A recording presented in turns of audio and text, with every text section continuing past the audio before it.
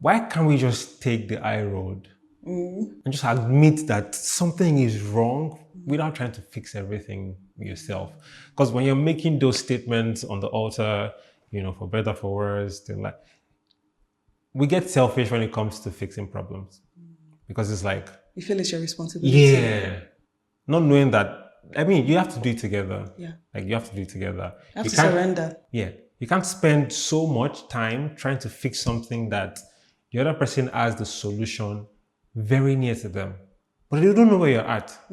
They can't really like see where you're at. They can't really experience or like have a feeling of what's going on in your head. Sometimes, okay, will ask me, Dean, what's happening in your head?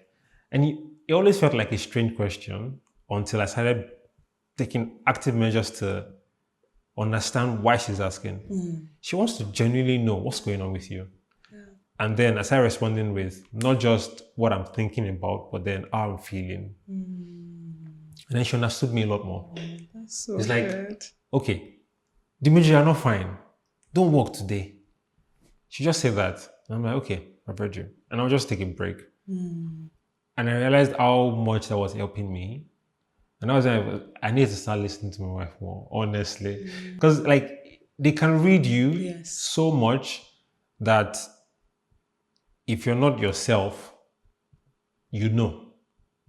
But then you can't force me to do it. So if you ask me and I'm telling you, yeah, I'm fine, you just, okay, no I problem. think it's a man thing, to be honest, if you ask me. I think it's a man thing. You always feel like you have to carry the load on your own. You can't share your feelings. Like, my husband does not cry, for instance.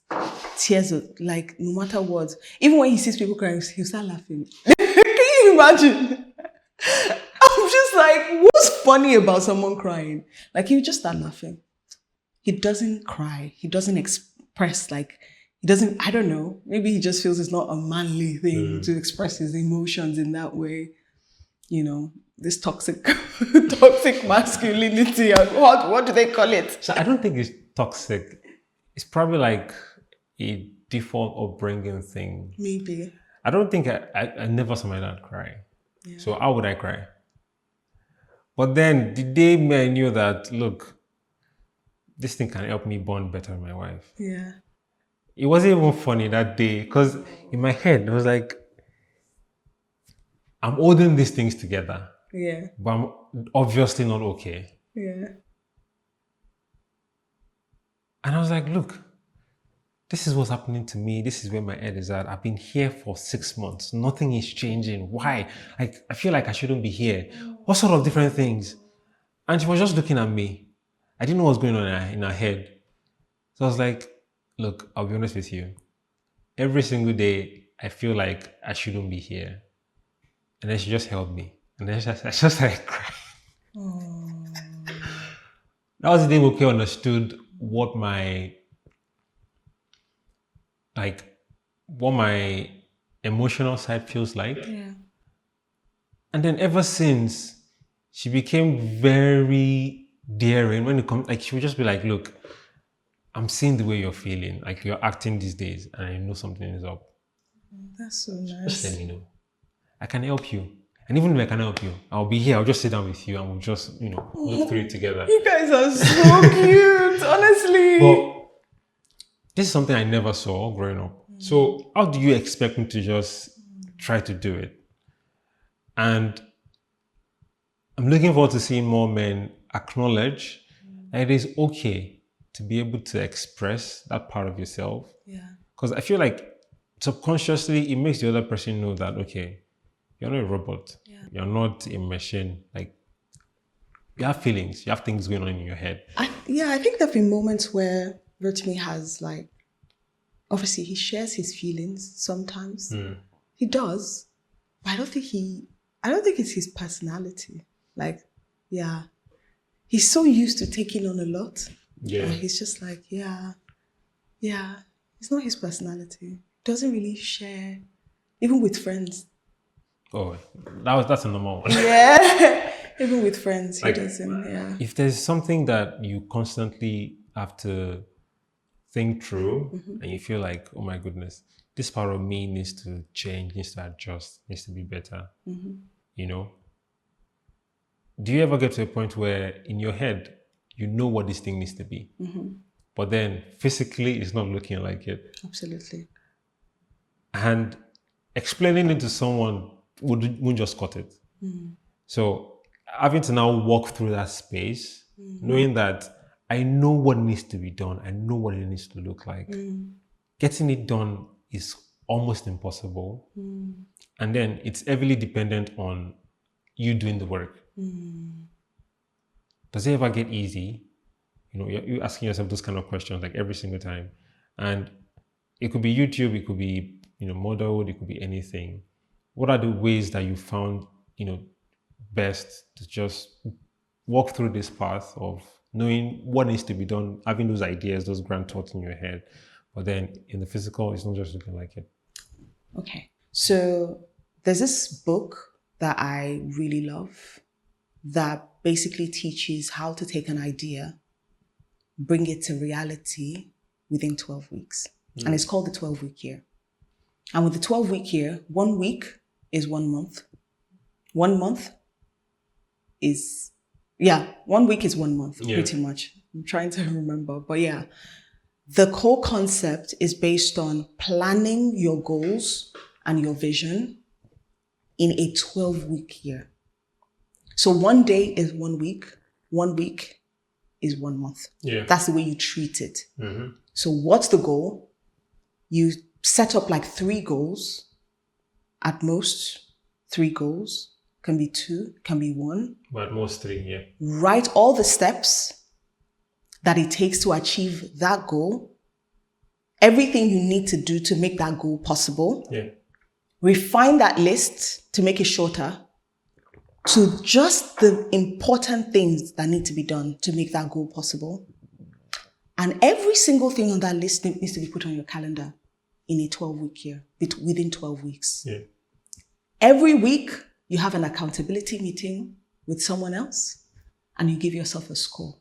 Not just a score from your head, but a score based on how many of those tasks that you achieved.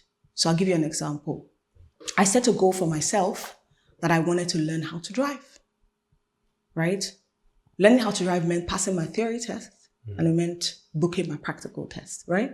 So for the theory test, I put on my list of goals, read for 1 hour every day. Read your theory practice for 1 hour every day. Yeah. So I would wake up every day at 5:30 or 5 o'clock and make sure that after praying, I would read for 1 hour. And I did that for a month, for 4 weeks. Went on and I passed the test. But if I didn't set the goal and I was just like, I'll do it later, it's just never going to happen. Yeah. So taking our ideas to reality requires some kind of structure. It's going to be painful because obviously having my accountability meetings, I need to tell them my score for the week. And based on this 12-week year concept, you should score about 85% every week. So this is based on your tasks. Did you tick them off? Yeah. If you score about 85%, you're more than likely going to achieve that goal. Oh, that's quite interesting. Yeah.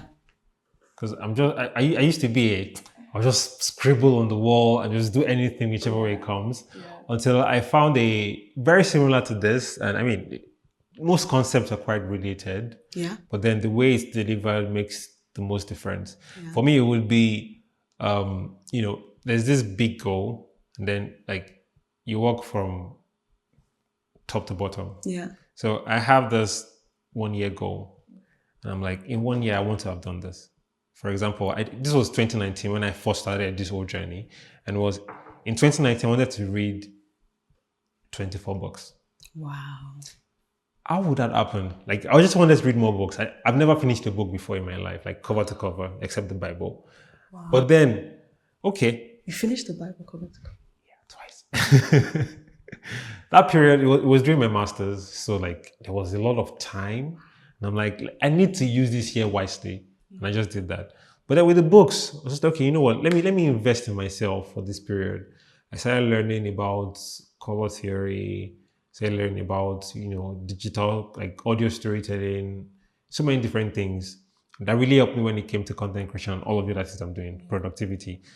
But then there's no way I can read 24 books. So let me start with breaking it down. So you want to read more this year. How many books do you want to read? I was like 24. Okay, 24. That would mean 2 every month. Is that possible? No. So I was like, okay, I'm going to try, even if it's once a day, read 20 minutes or at least finish 4 pages. And then that became the everyday thing. Every day in the morning, I do 30 minutes. At night before I go to bed, I do 15 minutes. And then altogether 45 minutes. So 45 minutes every day, I was picking the same book to read. And the first month, it was hard. I finished the book in 28 days. The second month, I did 20 days. By March of 2019, I finished the book in 15 days. I'm going for 24. I was like, let me just stick to 12, one every month. By October, I was finishing 2 books in a month. 7 days, 1 book is done. The next 7 days, the other book is done. And altogether, I was able to finish 17 books. The goal was 24, but I was able to do 17. And that taught me this level of discipline that the little things every day, they make a lot of things happen for yourself.